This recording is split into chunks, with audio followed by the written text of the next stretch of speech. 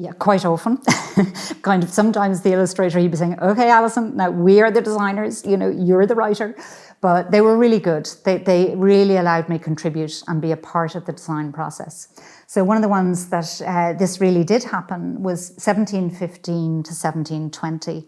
And what I had discovered was that in that time period, Handel's Water Music had premiered. And it premiered, and I never knew this, on the River Thames. It's called the Water Music, and it actually premiered on the River Thames. And it was based on a request from King George I. And the concert was performed by 50 musicians playing on a barge near the royal barge from which the king listens with close friends.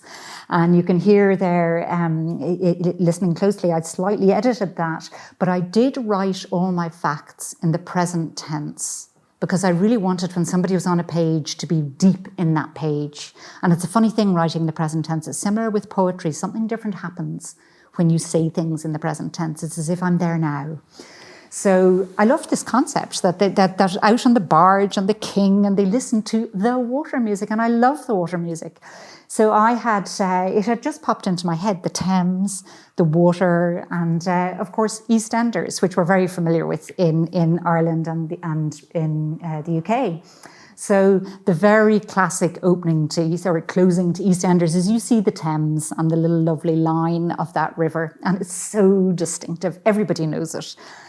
So that was my idea. I sketched it out for the designer. I said, how about doing the Thames and then put the music, the water music on it? And there's a lovely fact that I was given the talk one time on the Visual Time Traveller, actually to the College of Physicians. I'd picked up a lot of the medical facts from the book and presented it in a very tailored way for them. But this page I was presenting, and I was saying that during all my editing, so I was always editing the facts, I was editing the designs. One of the things I had not had time to check was this music actually from Handel's Water Music. I gave this talk, I mentioned this, that I had a little bit, wasn't sure, and nervously, it's not just being dotted in. Terrible of me to doubt the illustrator like that. But at the end, a woman stood up and she said, I just want to tell you, it is Handel's Water Music, and she sang it.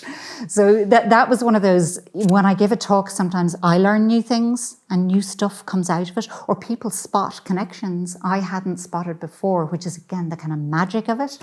But another fact on this page, so that illustration only refers to Handel's Water Music, but there are some very interesting other facts on this page, and one of them is relating to Ireland. In 1718, the Charitable Infirmary in Dublin is founded by 6 surgeons in Ireland and becomes the first public voluntary hospital in the British Isles. So I thought that was a really interesting fact. And I was doing a little bit of research further around that and discovered that the second one was in Westminster in the UK, in London.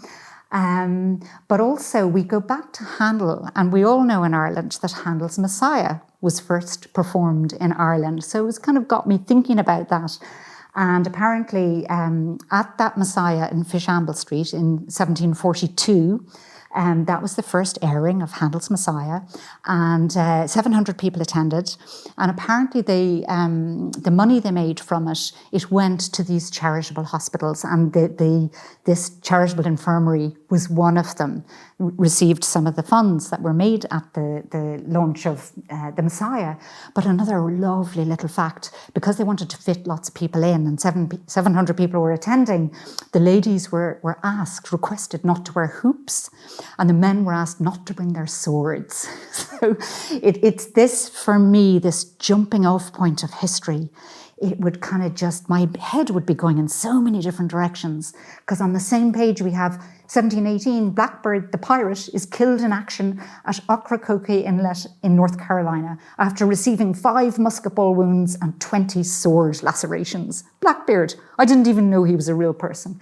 I hope he is. But also you've got François-Marie Arouet is sentenced to imprisonment in the Bastille. This is in 1717 because of his satirical verse about the regent of France. While there, he writes his first literary work, Oedipe, using his adopted pen name, Voltaire. And then Voltaire comes into the book later. I've got another page where Voltaire, who was the lover of a French woman, a mathematician, and he ended up saying to her she was a great man whose only fault was for being a woman.